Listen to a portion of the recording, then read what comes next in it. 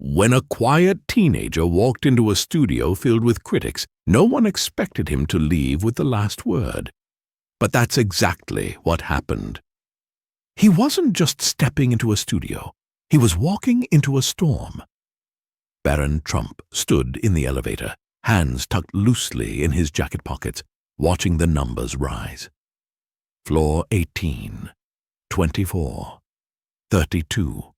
The hum of the city faded the higher he went. By the time the doors opened on the 40th floor, the air had changed, thinner, quieter, laced with tension no one had mentioned in the emails. A young assistant greeted him with a bright but hollow smile. "Welcome, Mr. Trump. They're ready for you." He nodded, polite but distant, and followed her through a maze of glass-paneled hallways. The studio overlooked the skyline, sleek, sharp, and expensive. But Barron wasn't here for the view. He had been invited to speak on a new series called Generation Shift, a platform for young voices in politics, activism, and legacy. The host, Ava Moreno, was already known online, part firebrand, part intellectual icon, smart, sharp-tongued, unapologetically progressive, and now, apparently, his interviewer. The audience was small, no more than 30, but curated. Journalism students, young influencers, a few familiar TikTok pundits. Their eyes followed him as he stepped into the light. The chair across from Ava looked innocent enough, but he could feel it. The stage wasn't neutral. The script hadn't been written for fairness. He took his seat anyway and smiled. What began as a friendly welcome turned into something much colder the moment the cameras lit up. Questions are easy to ask, but motives? Those are harder to hide. The red light blinked on. Ava leaned forward, her expression warm but rehearsed. "Thank you for joining us, Barron. We're thrilled to have you." He gave a small nod. "Thanks for the invite." Her first question was casual, something about growing up in the spotlight. Then, without pause, the second struck sharper. "Some say you've benefited from power without accountability. Others call you a symbol of unchecked privilege. How do you respond to that?" He didn't flinch. "I'd say that's a strong opinion with very little evidence, but I'm happy to get into it." Ava smiled, not kindly. She motioned toward a folder on the table. "Before we do, something surfaced this morning. A leaked memo suggesting that a tech startup, run by someone close to you, was under review for privacy violations. And then suddenly, the case went away." She held up the page like a trophy. "The founder donated to a fund reportedly tied to your family foundation. Coincidence?" Barron looked at the paper, then at her. "That's not a question," he said quietly. "That's a narrative." The room stiffened. She pressed on. "It's also a matter of public interest." He met her gaze calmly. "Then let's treat it that way, with facts, not theatrics. That startup was reviewed by an independent oversight body. No violations were found, and the donation was public, above board, and months after the review concluded. But I get it. Coincidence makes a better headline." A few students exchanged glances. One tapped notes on a tablet fast. Ava tilted her head, eyes narrowing. "So you deny any interference?" "My name wasn't on that file. Neither was my father's. But yours is on this segment. So if anyone's leveraging a platform today, maybe we should talk about that." But what they didn't know was that Barron came prepared for war, without raising his voice. He didn't dodge. He redirected. And that changed everything.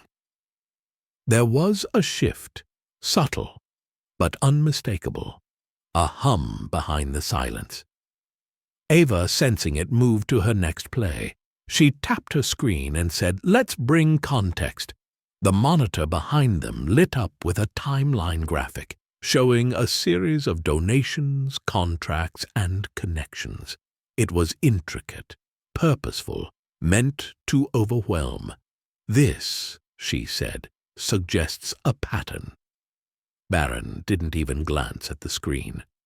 "What it suggests," he said calmly, "is that you've spent more time building this segment than verifying the content." That drew a quiet exhale from the audience. "I'm not here to spin," he continued, "but I do expect a fair conversation. And dropping graphics mid-sentence, that's not inquiry, that's choreography." Ava blinked. She shifted in her seat, just slightly.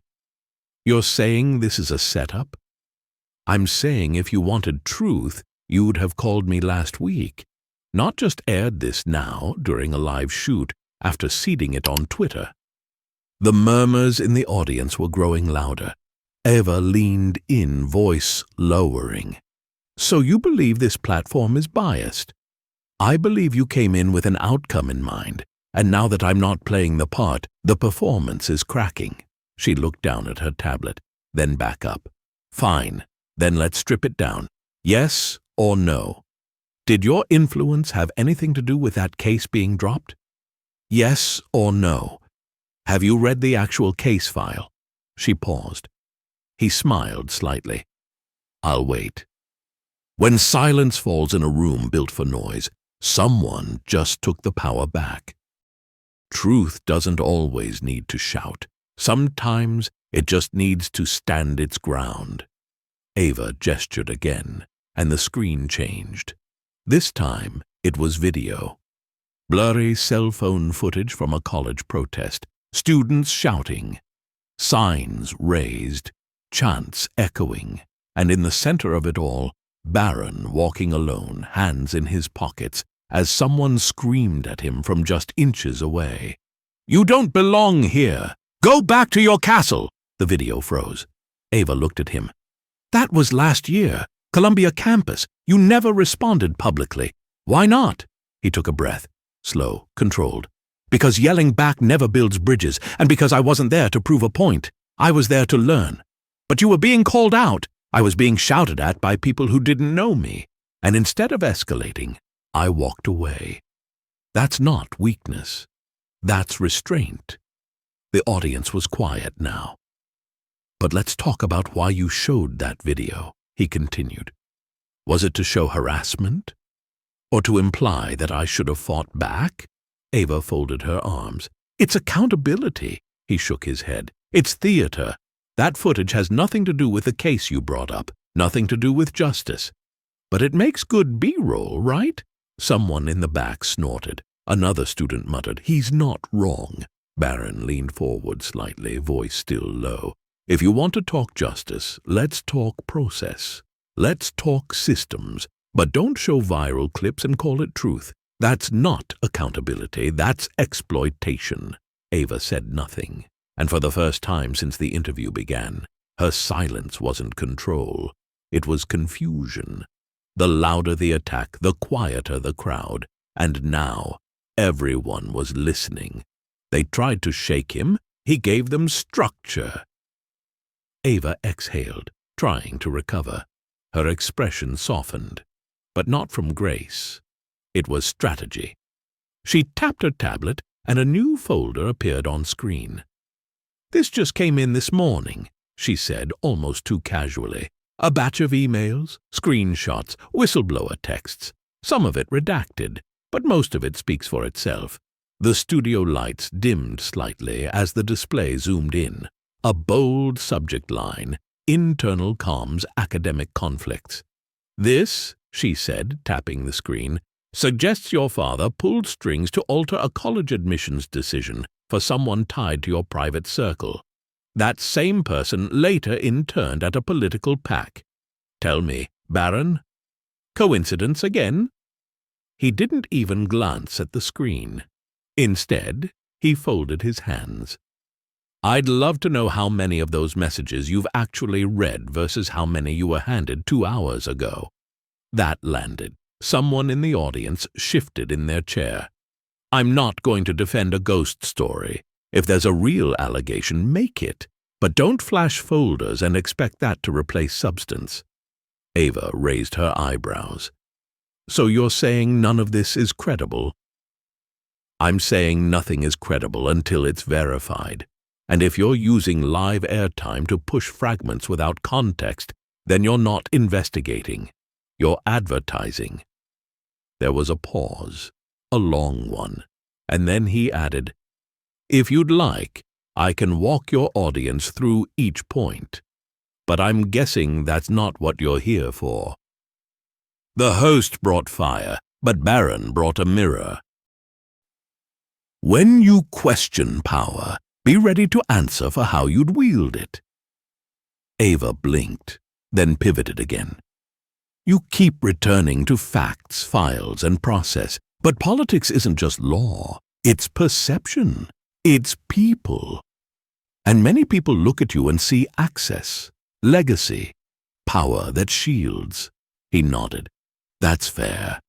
I won't deny I come from access, but access doesn't mean immunity. It means responsibility. She leaned forward. Would you be sitting here if your last name wasn't Trump? Barron didn't flinch. Maybe not. But I'd still be saying the same things. She studied him. And what gives you the right to speak for people without that access? I'm not speaking for them. I'm speaking with them. There's a difference. He let that settle before continuing. You're confusing platform with power. A mic doesn't make you right, and resentment doesn't make you revolutionary. That hit harder than he expected. A few heads nodded. One student clapped once before catching himself. She wanted to corner him. He gave her a compass instead. A single sentence. That's all it takes to make the internet stop scrolling. Ava narrowed her eyes, her voice tightening. Okay then. You think process matters, that systems still work. Fine. But what do you say to people who are fed up? Who've waited years for accountability and seen nothing change? Barron didn't hesitate. I say impatience is justified, but justice isn't built in comment sections. Then he turned, just slightly, toward the audience. And if you believe the system is broken, then offer a solution. Silence. Ava opened her mouth, then stopped. He continued, not loud but precise. You've had 20 minutes of questions, but I haven't heard one plan, just viral content dressed as outrage. So here's mine. Fix systems with transparency, rebuild trust with consistency, and stop making enemies out of everyone who disagrees. The crowd reacted. This time there were claps, more than a few. One student whispered, "That's going viral." It already was. In a world driven by clicks, truth just got retweeted. He didn't storm out, he didn't gloat. He just stood taller. The segment ended, but the energy didn't. The red light above the camera turned off. The room exhaled. Ava stared down at her notes, flipping, but not reading. Barron stood, unhurried. He unhooked his mic, smoothed his jacket, and gave a polite nod to the host. "Thank you for the opportunity." Ava managed a small nod back. Her voice was quieter now. "You handled it well." He tilted his head. "I wasn't here to handle it. I was here to answer it." He walked toward the exit. As he stepped through the hallway, his phone buzzed. One of the crew members turned and said, "You're trending. That last line's everywhere." Outside, the night had cooled. A group of students waited by the street, phones in hand. One of them had the video playing already, his voice echoing faintly. "If the system is broken, offer a solution." The student saw him, lifted a hand. Barron returned the gesture, not with pride, but with purpose. He hadn't won a debate. He'd started a different kind of conversation. The red light turned off, but the message was still glowing. Some stories end with applause, others begin with reflection. Barron sat in the back seat of the black SUV, the city lights flickering across the window as the car eased through traffic. He wasn't looking at the skyline. He was staring at his phone. 12,000 mentions. Over 90,000 reposts. The clip, the one moment where he'd asked Ava for a solution, was everywhere. Someone had already layered music under it. Another post titled it, "The Calm Before the Mic Drop." Messages poured in, some supportive, some critical. But one stood out, A private DM from a well-known journalist, a long-time critic of his family. Didn't expect to agree with you, but that was real, and real cuts through. He locked the screen, let the silence settle. Then came the ping. Ava had tagged him. No snark, no shade, just a quote. Justice isn't built in comment sections. It had reached her, too. What started in one room was now echoing in 1,000 more. Inua. Legacy isn't inherited. It's earned in how you respond when no one expects you to. The car slowed. Barron stepped out onto the quiet street, his shoes crunching lightly against the sidewalk. He wasn't home, not yet. Instead, he walked into a small corner cafe that had closed an hour ago. Inside, the lights were low, but one man sat at a table in the back, middle-aged, quiet, a former mentor from school, someone who knew him before any of this mattered. They didn't hug. They didn't need to. Barron sat down. The man poured him a glass of water. "I watched it," the man said. Barron just nodded. "It wasn't about winning," he said. "I know." The man leaned forward. "So what's next?" Barron paused, then pulled out a notebook. The cover was plain. The inside, half filled with ideas, headlines, sketches for a platform.